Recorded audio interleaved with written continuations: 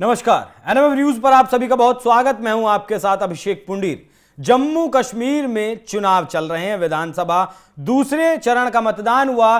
57% voting Jammu Kashmir में देखने को मिली। लोकसभा चुनाव जब जून में हुआ था तब भी अच्छी खासी वोटिंग जम्मू कश्मीर में देखने को मिली है। और जम्मू कश्मीर में चुनावों का हालात यह है कि लोग अपने बच्चों को लेकर चुनावी बूथ पर जा रहे हैं। लोकतंत्र का जो असल में पर्व होता है उसे त्योहार की तरह वाकई में जम्मू कश्मीर के लोग मना रहे हैं और दिखा रहे हैं कि लोकतांत्रिक प्रक्रिया में किस तरीके से चुनाव होते हैं, नेता चुने जाते हैं, सरकार बनती है। यह तो रही जम्मू कश्मीर चुनाव से जुड़ी खबर। लेकिन कश्मीर में एक बवाल मचा हुआ है। बवाल मचा है राहुल गांधी और उमर अब्दुल्ला के बीच। दरअसल राहुल गांधी जम्मू कश्मीर में प्रचार करने के लिए गए थे, जहां से उमर अब्दुल्ला का बयान आता है कि आप कश्मीर में प्रचार मत करिए, आप जम्मू में जाकर प्रचार करिए, क्योंकि कश्मीर में आपका कोई बहुत बड़ा, बहुत ज्यादा वोट बैंक नहीं है, आपका जनाधार नहीं है, तो आप को जो तैयारी करनी है वो आप जम्मू में जाइए, वहां जाकर तैयारी करिए।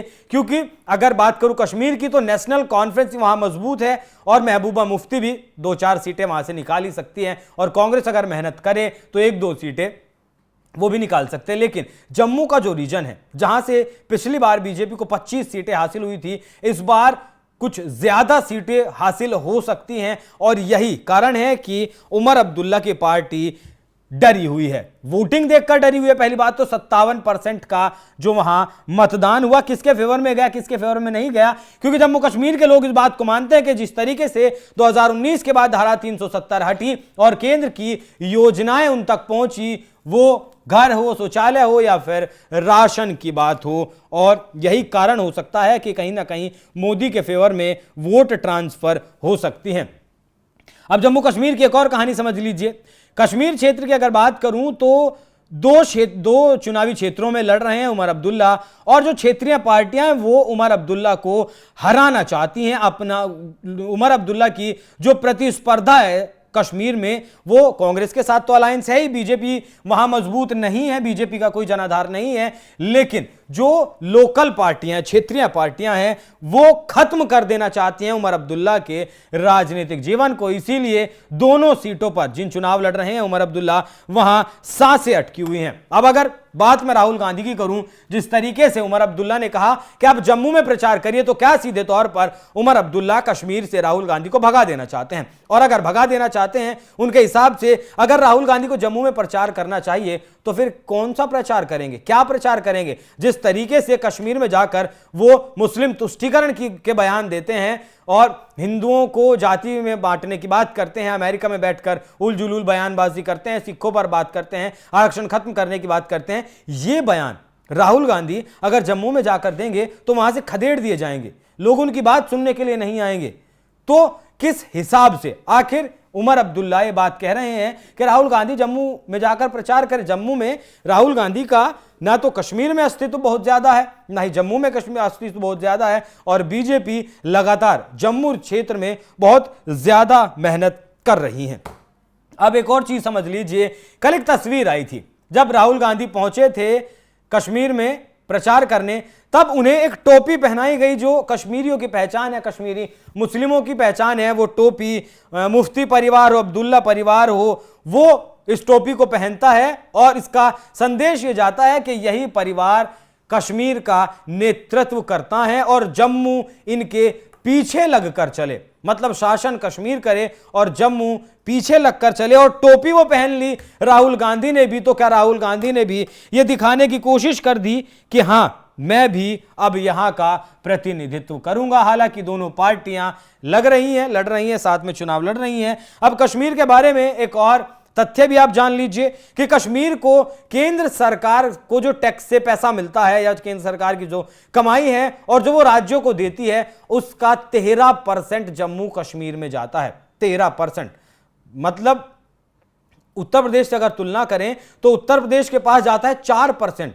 कश्मीर जम्मू उत्तर प्रदेश की जो जनसंख्या है वो 25 करोड़ है, बहुत बड़ा राज्य है जम्मू कश्मीर के मुकाबले, लेकिन 13% जो जाता है वो जम्मू कश्मीर में जाता है। और ये पैसा भले केंद्र में किसी की भी सरकार रहे, कांग्रेस की रहे, बीजेपी की रहे, किसी के गठबंधन की रहे, ये पैसा जम्मू कश्मीर में जाता ही है, कोई इस पैसे को रोक नहीं सकता। लेकिन अब फर्क क्या आया है कि ये पैसा जो जाता था 2019 के बाद, वो अब लोगों को मिलना शुरू हुआ है, लोगों का उसे विकास होना शुरू हुआ है। अब इस पैसे का ऑडिट होना शुरू हुआ है। उससे पहले ऑडिट इस पैसे का नहीं होता था, पैसा चला जाता था और केंद्र सरकार भूल जाती थी। कौन इसका क्या करता था किसी को नहीं पता। जो दो परिवार राज करते थे, मुफ्ती परिवार, अब्दुल्ला परिवार, ये इस पैसे का क्या कुछ करता था किसी को नहीं पता था। लेकिन अब इस पैसे का ऑडिट होता है।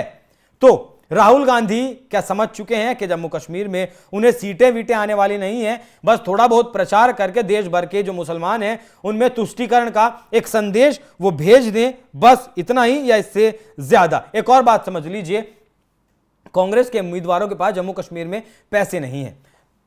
हरियाणा में भी कांग्रेस पार्टी चुनाव लड़ रही है और जम्मू में भी चुनाव लड़ रही है। जम्मू के जो उम्मीदवार जम्मू कश्मीर के, वो दिल्ली आए और दिल्ली आकर उन लोगों ने कहा कि हमारे पास पैसा नहीं है, कम से कम इतना तो पैसा दे दीजिए कि हम अपने कार्यकर्ताओं को खाना खिला लें, गाड़ियों में तेल डलवाने का हमारे पास पैसा नहीं है। तो पैसा भी कांग्रेस पार्टी खर्च नहीं कर रही है जम्मू कश्मीर के चुनाव में, लेकिन वो इस बात को जान चुकी है। और शायद यही वजह है कि उसने नेशनल कॉन्फ्रेंस के साथ गठबंधन किया और नेशनल कॉन्फ्रेंस ने जिस तरीके से कहा कि हम पाकिस्तान से ट्रेड व्यापार, LOC ट्रेड व्यापार करने के समर्थक हैं, पाकिस्तान से बात होनी चाहिए उसके समर्थक हैं, और इससे देश के मुसलमानों के भीतर एक साफ संदेश पहुंचाया गया कि नेशनल कॉन्फ्रेंस के नेता पाकिस्तान के साथ खड़े हैं। और भारत में बहुत सारे मुसलमान ऐसे हैं जो अक्सर पाकिस्तान जिंदाबाद के नारे भी लगाते हैं, पाकिस्तान का झंडा भी फहराते हैं। तो राहुल गांधी ने उन मुसलमानों को कहीं ना कहीं उस नेशनल कॉन्फ्रेंस के साथ गठबंधन कर यह संदेश देने की कोशिश जरूर की, लेकिन कामयाब कितने हुए वो देखने वाली बात होगी। अब चुनाव चल रहा है, 2 चरण का मतदान हो चुका है और अगले चरण का मतदान भी जल्द ही होने वाला है। हालांकि ये वाला चुनाव कश्मीर सेंट्रिक रहा, लेकिन अगला जो चुनाव है वो जम्मू सेंट्रिक रहने वाला है। जम्मू में ज्यादा सीटों पर चुनाव होने वाला है।